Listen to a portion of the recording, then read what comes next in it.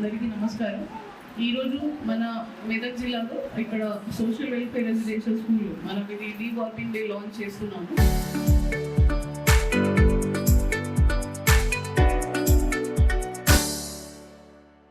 So ప్రతి సంవత్సరం చేయాల్సిన యాక్టివిటీ ఇది, కానీ ఎందుకు ఇక్కడే రావడం జరిగింది, మనకి స్ట్రెంగ్త్ ఎక్కువ ఉంది ఇక్కడ పిల్లలు, ప్లస్ అందరూ అమ్మాయిలు ఉన్నారు.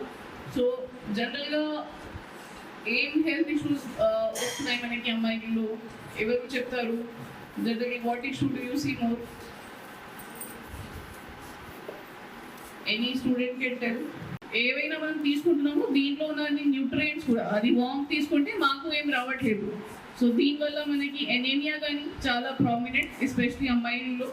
సో ఒకటే ఐరన్ డెఫిషియన్సీ, దీంతో పాటు మిగతా న్యూట్రియంట్ డెఫిషియన్సీ కూడా ఎక్కువ వస్తుంది.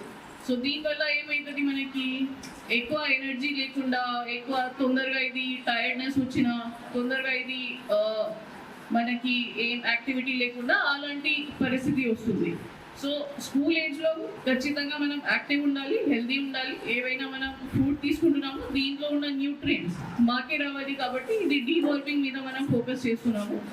సో ఈరోజు ఇక్కడ ఇది లాంచ్ చేస్తున్నాము మా మెదక్ జిల్లాలో కూడా. దీంతో పాటు మీకు ఉన్న అన్ని ఫుడ్స్ మీ మెన్యూ పరంగా మనం ఇస్తున్నామా లేదా టీచర్ వాళ్ళే? దీన్ని ఒక స్కూల్ తరఫు నుండి చేస్తే ఇంకా బాగా అందరిలో ఇంజెక్ట్ అవుతుంది అని చెప్పేసి ఇది పెట్టాను. ఒక ట్యాబ్లెట్ ఇస్తే వేసుకుంటే ఏమవుతుందో అనే భయం ఎవరికి అవసరం లేదు. దీనివల్ల ఎలాంటి సైడ్ ఎఫెక్ట్స్ ఉండవు.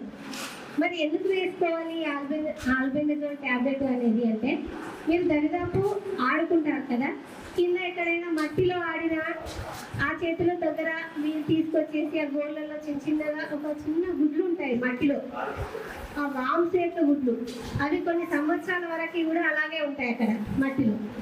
అవి వచ్చేసి మీ చేతుల ద్వారా మీ నోటి లోపలికి వెళ్తే మీ ఇంటెస్టైన్లోకి వెళ్తాయి.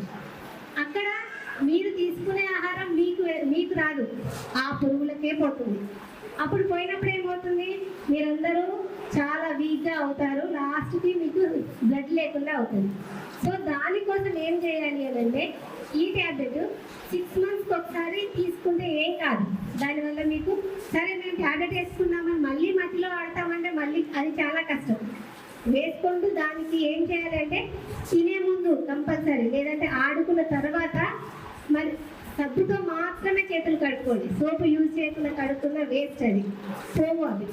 కాబట్టి అలా మీరు కడుక్కుంటూ ఉండడం వల్లనే మీరు ఈ వామ్స్ నుండి తప్పించుకోగలుగుతారు. దీనివల్ల మీకు ఒక స్టమక్ పెయిన్ అటువంటిది వచ్చినప్పుడైనా మీ టీచర్లకు చెప్పండి, మేడం నాకు ఇలా స్టమక్ పెయిన్ వస్తుంది. దానికి ఏంటో కాజ్ వాళ్ళకి తెలుసు, ఎలా ఏం చేయాలి అనేది. దానివల్ల ముందుగా హాస్పిటల్కి అయినా తీసుకెళ్తారు, లేదా మీకు ఒక ట్యాబ్లెట్ ఇచ్చి ఎన్ని మంత్స్ అవుతుంది అని చూసి మళ్ళీ ఇస్తారు.